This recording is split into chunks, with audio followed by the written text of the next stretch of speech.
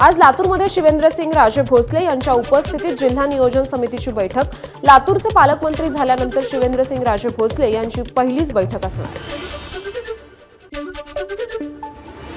परभणीच्या पालकमंत्री मेघना बोर्डीकर यांनी घेतली जिल्हा नियोजन समितीची आढावा बैठक। यावेळी राष्ट्रवादीचे आमदार राजेश विटेकर, रासप आमदार रत्नाकर गुट्टे यांच्यासह सर्व विभागाचे अधिकारी आणि कर्मचारी उपस्थित होते। गोंदिया शहरातील विविध समस्यांबाबत ठाकरे गटाचा नगर परिषदेवर धडक मोर्चा। नगर परिषदेच्या मुख्य दरवाजावर केलं धरणे आंदोलन। कापूस, सोयाबीन, हरभरा आणि तूर या पिकांना हमीभावापेक्षा कमी दर असल्यानं शेतकरी चिंतेत। केंद्र सरकारनं आयातीला मंजुरी दिल्यानं शेतमालाचे भाव कोसळल्याचं जाणकारांचं मत। अकोल्यात शेतकऱ्यांचं अनोखं आंदोलन। विविध मागण्यांसाठी शेतकरी जागर मंचानं रात्रभर मशाल पेटवत आंदोलन केलं।